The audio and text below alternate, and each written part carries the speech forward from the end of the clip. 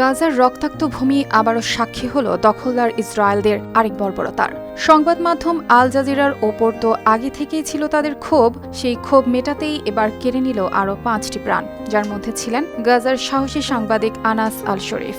10 August রোববার রাতে আল শিফা হাসপাতালের সামনে সাংবাদিকদের জন্য স্থাপিত একটি তাঁবুতে চালানো ইসরায়েলি বিমান হামলায় মুহূর্তেই প্রাণ হারান 7 জন। নিহতদের মধ্যে ছিলেন আনাস, আল জাজিরার প্রতিবেদক মোহাম্মদ কুরেইকে, ক্যামেরা অপারেটর ইব্রাহিম জাহের, মোহাম্মদ নুফাল ও মুয়ামেন আলিওয়া ও বাকি 2 জন সাধারণ। 28 বছরের আনাস ছিলেন গাজার অন্যতম সাহসী মুখ। যুদ্ধক্ষেত্র থেকে সরাসরি খবর তুলে ধরা ছিল তার কাজ ও নেশা। ইসরায়েল স্বীকার করেছে এই হামলা পরিকল্পিত ছিল, দাবি করেছে আনাস নাকি হামাসের এক সশস্ত্র সেলের প্রধান। কিন্তু জাতিসংঘ ও মানবাধিকার সংস্থাগুলো বলছে এই অভিযোগের কোনো প্রমাণ নেই, বরং তাকে হত্যা করা হয়েছে সত্য বলার জন্য।